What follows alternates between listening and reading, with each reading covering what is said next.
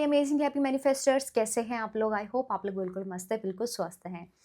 बहुत बार हमारे मेंबर्स भी ये चीज़ पूछते हैं, आप लोग भी कमेंट बॉक्स में पूछते हैं, ऐसा क्या करें, क्या अफ़र्म करें, क्या लिखें स्क्रिप्टिंग में जिससे वो इंसान जो भी आपका स्पेशल पर्सन है, स्पेसिफिक पर्सन है, आपको चेज़ करे, आपकी केयर करे और जो पहले हेल्दी रिलेशनशिप था वही आपका बना रहे।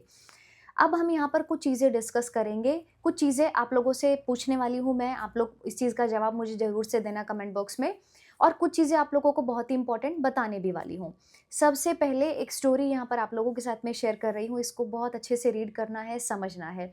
नवंबर मंथ में इन्होंने कनेक्ट किया था, फर्स्ट टाइम ये कनेक्ट हुए थे, मॉर्निंग बैच की मेंबर हैं और इन्होंने अपना एक्सपीरियंस बताया है कि 3 साल में जिस इंसान ने कभी एक्सप्रेस नहीं किया कि वो प्यार करता है, मतलब एक वो कमिटमेंट वाली चीज़ कि हाँ, यार तू है मेरे लिए इम्पोर्टेंट, वो चीज़ नहीं की। अब ये ऐसा क्या हो गया, नवंबर अभी दिसंबर चल रहा है, अभी तो 3 तारीख से बैच हमारा स्टार्ट ही हुआ है मॉर्निंग का। इतने शॉर्ट टाइम पीरियड में ऐसा क्या हुआ कि सामने वाला इंसान उसने एक्सप्रेस किया चीज़ों को, इतने छोटे टाइम पीरियड में क्या हो सकता है?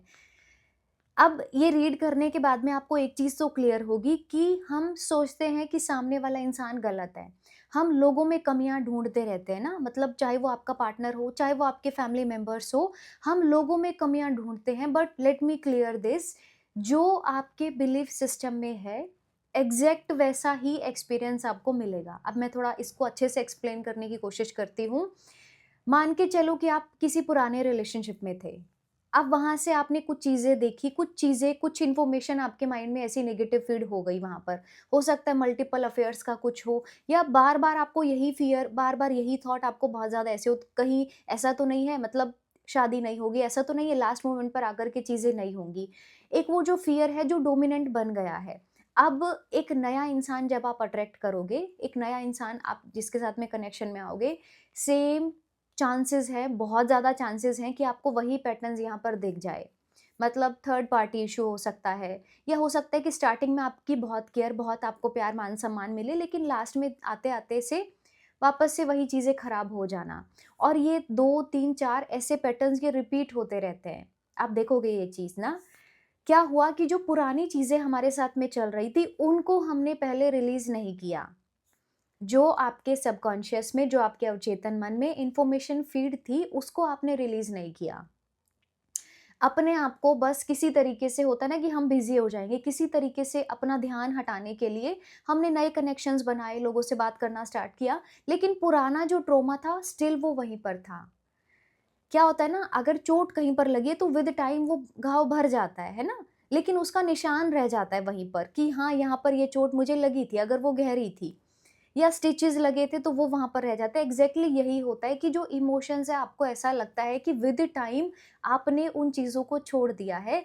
मगर एक टाइम ऐसा था कि जब आपने रो के उस चीज़ को या बहुत इरिटेट होकर के ना जाने आपने कितनी बार किसके सामने वो चीज़ बताई, एक चीज़ को हम बार-बार, बार-बार रिवाइज़ करते तो वो हमारा फिर एक डोमिनेंट थॉट बन जाता है ना? जैसे हम सिलेबस को भी रिवाइज़ करते हैं स्कूल में, बार-बार रिवीजन देते तो वो और ज़्यादा हमारा याद रहता है, हमें लॉन्ग टर्म मेमोरी में वो चीज़ हमारे चली जाती है, सबकॉन्शियस में चली जाती है। एग्ज़ैक्टली यही हुआ था उस टाइम पर।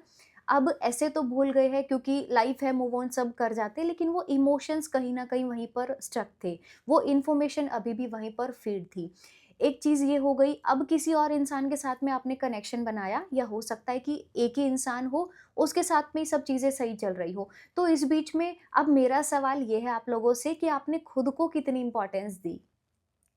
मतलब खुद के लिए क्या किया? खुद के लिए कितना टाइम निकाला आपने? खुद के ऊपर कितना काम किया? ये चीज़ का जवाब अगर आपको मिल गया है या आपके पास में है, तो आपको समझ में आएगा कि हमने कहाँ पर गलती की है। मतलब अगर 1000% है, तो 1000% ही सामने वाले इंसान को देना।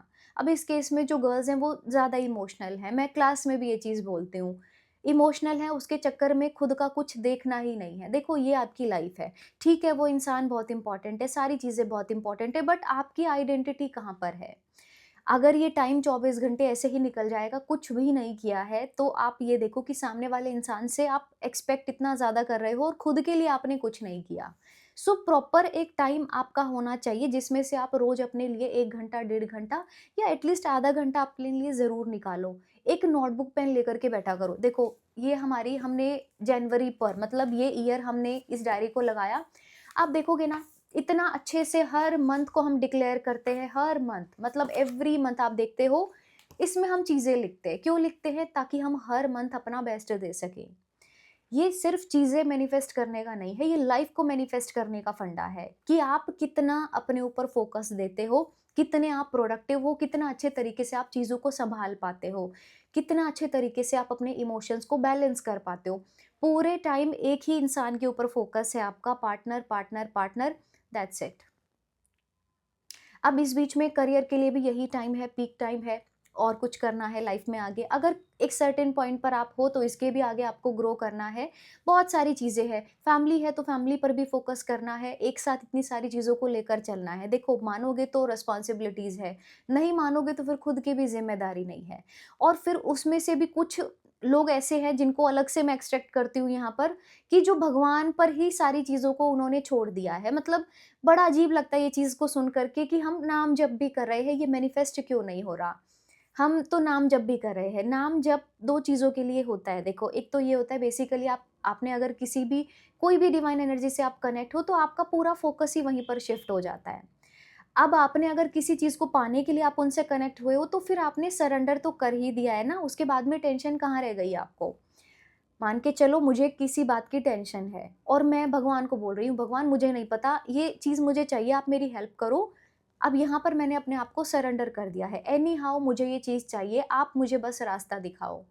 तो यहाँ पर मैं सरेंडर करके ही वो वाले पाथ को चूज़ करूँगी। ऐसा नहीं हो सकता है कि आप अफ़र्मेशन भी दे रहे हो, टेंशन भी ले रहे हो, स्क्रिप्टिंग भी कर रहे हो, टेंशन भी ले रहे हो, नाम जप भी कर रहे हो और साथ में टेंशन भी ले रहे हो। How is it possible?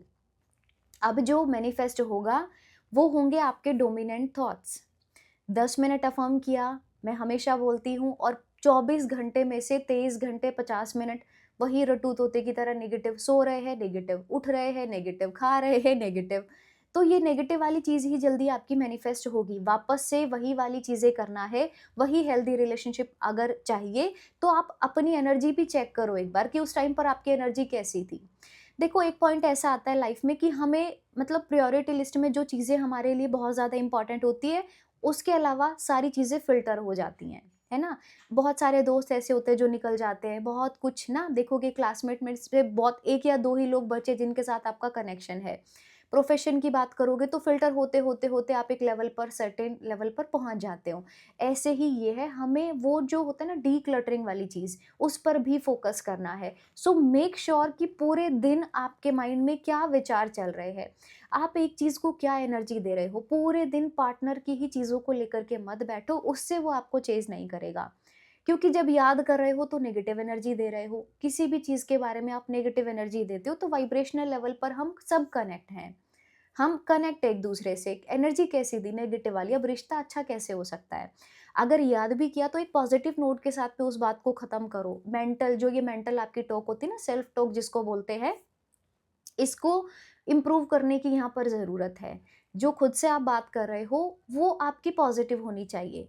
जो कुछ किया पास्ट में उस इंसान ने किया या आपने किया, उसको भलाई ये है कि आप उस चीज़ को या तो साइड में रख दो या फिर उस चीज़ को कंप्लीटली दिल से निकाल दो, है ना? या तो बिल्कुल इंसान को ही बिल्कुल साइड में रख देना है कि ठीक है, जो भी चीज़ें हैं अब यहाँ पर ट्यूनिंग नहीं सेट हो रही है। या फिर बिल्कुल भुला दो जो चीज़ें हुई है, क्योंकि गलती एक तरफ से नहीं थी, गलती दोनों तरफ से थी। चलो एक तरफ से गलती अगर हो भी, तो अब क्या, आप अपनी ज़िंदगी तो खराब नहीं करोगे ना। ये बातों को बार-बार सोच करके, दुखी हो करके आप अपनी लाइफ़ को वेस्ट नहीं करने वाले हो। सो मेक श्योर कि आपके माइंड में जब भी नेगेटिव थॉट्स आते हैं, या तो उनको आप होपोनोपोनो प्रेयर करके रिलीज़ कर सकते हो। सब जानते हैं होपोनोपोनो प्रेयर कैसे करना, और बहुत छोटी-सी ये प्रेयर है। I am sorry, please forgive me, yes I am releasing this negative thought and I love you so much universe. परमात्मा, ब्रह्मांड, कुछ भी शब्द आप यहाँ पर यूज़ कर सकते हो जिससे आप बहुत ज़्यादा कनेक्ट हो। दूसरी चीज़ ये है सेल्फ केयर। आपका जो सेल्फ कंसेप्ट है, उस पे यहाँ पर काम करना बहुत ज़रूरी है। पहले तो सेल्फ टॉक को पॉजिटिव करना है, दूसरी चीज़ है अपना सेल्फ कंसेप्ट। अपने लिए जैसे मैंने कहा टाइम ज़रूर से निकालो, आधा घंटा, 1 घंटा ज़रूर से निकालो। उन विचारों को लिखो जो आपको अक्सर बहुत ज़्यादा परेशान कर रहे हैं और वो बार-बार रिपीट हो रहे हैं। आप देखो, क्योंकि होता क्या है ना, 80% 85% थॉट्स वही रिपीटेटिव चल रहे हैं। अगर आपने चेंज नहीं किया तो हर रोज वही सेम सेम सारे थॉट्स आ रहे हैं।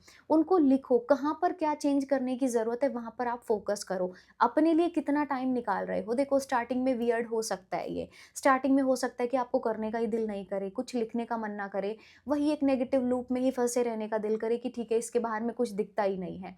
धीरे धीरे आपको इस चीज़ की आदत हो जाएगी और ट्रस्ट मी, जब एक बार आपको ये चीज़ की आदत हो गई तो लाइफ में आप ग्रो ही करने का सोचोगे। मतलब पीछे पैर नहीं हो सकते आपके। आप अपने लिए टाइम निकालोगे, मुझे क्या करना है, करियर में कैसे क्या मुझे कहाँ जाना है, कहाँ तक वो एक्शन मुझे लेना होगा, क्या करना होगा, और उसके लिए पॉजिटिव रहना बहुत ज़रूरी है। रात को सोने से पहले आप तो ये मतलब गाँठ बाँध लो इस चीज़ की कि आपको पॉजिटिव ही रहना है। हमारे पूरे दिन का दुखड़ा ना हम रात को निकाल देते हैं। पूरे मतलब दिन में जो कुछ भी हुआ, जिनके रिलेशंस अच्छे नहीं हैं, उनका तो फिर सारी चीज़ें धीरे-धीरे खराब होने लगती है। रात को आप इस चीज़ को बहुत ज़्यादा सोच-विचार करते हो कि ऐसा क्यों नहीं हुआ? मेरे साथ ही ऐसा क्यों हुआ? मैंने तो कुछ गलत भी नहीं किया था। ये सारी चीज़ों को आप बार-बार याद करते-करते से ना या तो आँसुओं के साथ में सोते हो या फिर वो नेगेटिविटी के साथ में सोते हो। अब उसको आपको बंद कर देना है। ये हरकत करना बंद कर देना है। अगर आपको किसी चीज़ का बुरा लगता है, उस चीज़ को लिख के ना फाड़ के फेंक दो। वो बहुत ही अच्छा है क्योंकि आपने यहाँ पर अपने माइंड को एक बहुत प्यारी-सी कमांड दे दी है कि मुझे ये थॉट नहीं चाहिए और इस विचार को मैं रिलीज़ कर रही हूँ या रिलीज़ कर रहा हूँ। और सोने से पहले बिल्कुल रिलैक्स होकर के सोना स्टार्ट करो। ये लाइफ है, इसको अगर एन्जॉय नहीं किया तो फिर आप सोच रहे हो हर दिन ही आप खराब कर रहे हो अपना। हमारा 10 दिसंबर से रिलेशनशिप हीलिंग का बैच आ रहा है इवनिंग में 8 बजे। डिटेल्स आपको डिस्क्रिप्शन बॉक्स में मिल जाएँगी। आप टीम को कॉन्टैक्ट करके आप रजिस्ट्रेशन करा सकते हैं, अपना स्लॉट बुक कर सकते हैं। अगर ये वीडियो आपको अच्छी लगी तो वीडियो को लाइक ज़रूर करिएगा। आप नए हैं तो चैनल को सब्सक्राइब कर सकते हैं। अपने रिलेशनशिप को हील करिए, अपने ऊपर काम करके, अपनी सेल्फ टॉक को चेंज करके। मिलते हैं हमारे कमिंग वेबिनार में जो हमारा रिलेशनशिप के ऊपर है, मैरिज मैनिफेस्टेशन के ऊपर है। अगर आपको ज़रूरत है तो आप ज़रूर से जॉइन कर सकते हैं, अपने रिश्तों को हील कर सकते हैं, मैरिज मैनिफेस्ट कर सकते हैं। Thank you so much for watching this video. Love you all so much.